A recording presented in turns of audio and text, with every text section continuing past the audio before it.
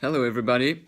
So today I wanted to discuss something a bit out of the ordinary, um, and which is about fighting pornography.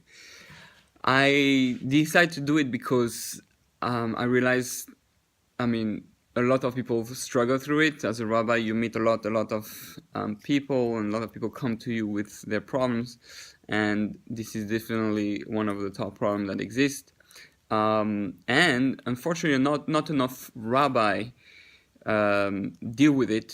Some are scared to deal with it. Some they just don't know how to deal with it. And it's something new. The past 20 years, especially, it became worse and worse and worse. The reason why it's so bad today is that it comes to the point where it comes on the phone. Before it was just on the internet, and you needed a computer, and you wouldn't take necessarily your computer in hidden places or bathroom.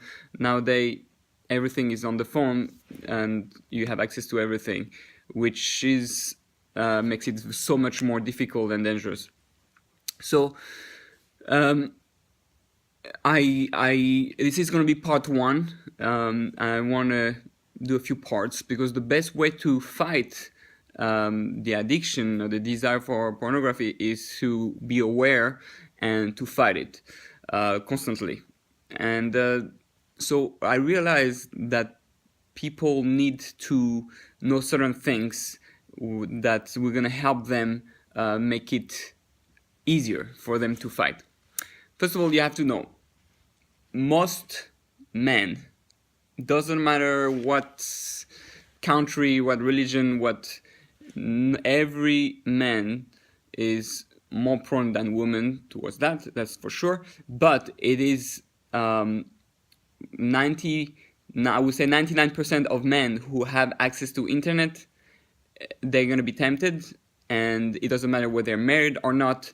That's obviously it's easier to deal with it when one is married, but marriage is not prevents someone from being addicted to that. So how do we deal with that? First of all, you have to know you're not the only one. 99% of the men struggle with that, and not most men, doesn't matter how holy they are, they all fail at some point. And the question is how much you fight against it in order not that it becomes an addiction and continuing watching. So in Judaism especially, there is something more important that we deal with, which is a wasting of seed. Is a very it's a big deal, and the reason is that spiritually, on the biological level, you cannot really explain it. Some doctors say, yeah, don't worry, but on the spiritual level, it really affects you spiritually. It removes the desire for spirituality, so it has a very strong cause and effect. But beside the point, it's gonna affect you as a human being emotionally. It's gonna affect your relationship, and especially relationship with your girlfriend or spouse that you have. So you have to be always proactive about it and fighting against it. Now, the way to do that is definitely not to feel guilty and depressed and sad. If you do that, that's the work of the Satan, so to speak, the evil inclination, who is trying to really get you to just, give up on yourself and say, you're a loser. Just continue watching. You have no heaven. It is, give up on yourself. That's the worst thing that can happen, to listen to those voices, because that's exactly what those voices want you to do. So you have to be aware that it is a problem for most men. You're not alone. You're struggling with that. This exists since the beginning of time. Just today, it has become so easy and so it's a whole industry. People make money out of that. So they're trying to catch you to get it. So we're in Egypt, and they're trying to get you to to watch. So you have to be proactive. You're not proactive. Say you live your life just like that. You're not going to work. So one of the key thing I realize is, first of all, one of the best way to not be trapped by it is obviously not to have internet at home, but that's most of the time not practical, especially if you have internet on all phones. One of the most practical, if you have let's say just a computer, the best is to have filters. Put a filter. There are people who have everything that they watch. It sends an email to their best friend, or to their spouse, or to their rabbi, who's someone they trust, and it'll prevent them from falling into it. However, it doesn't protect from the phone.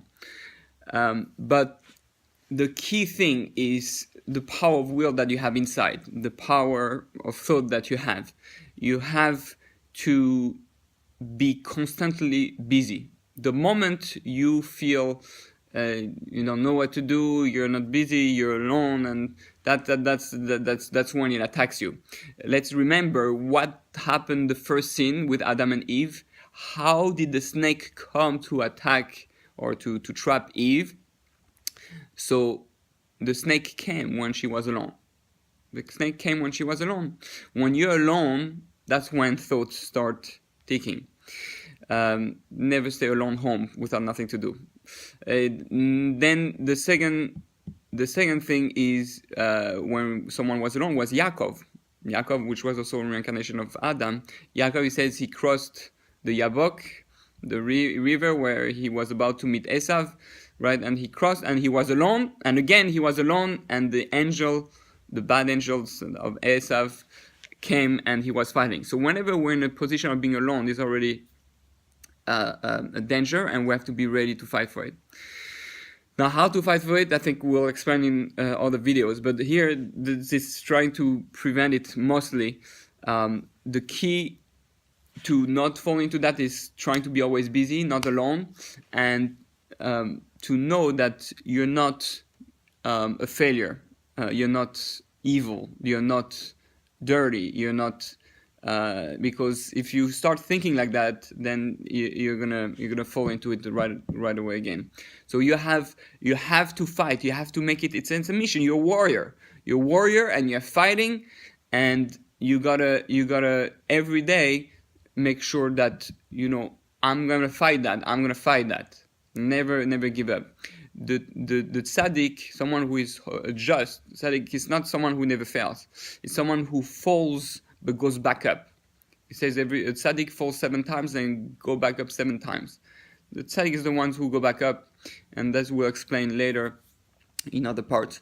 So be a warrior, fight against it, realize that whenever you're able to control yourself not to watch, you are a hero, because most people cannot control themselves, most men.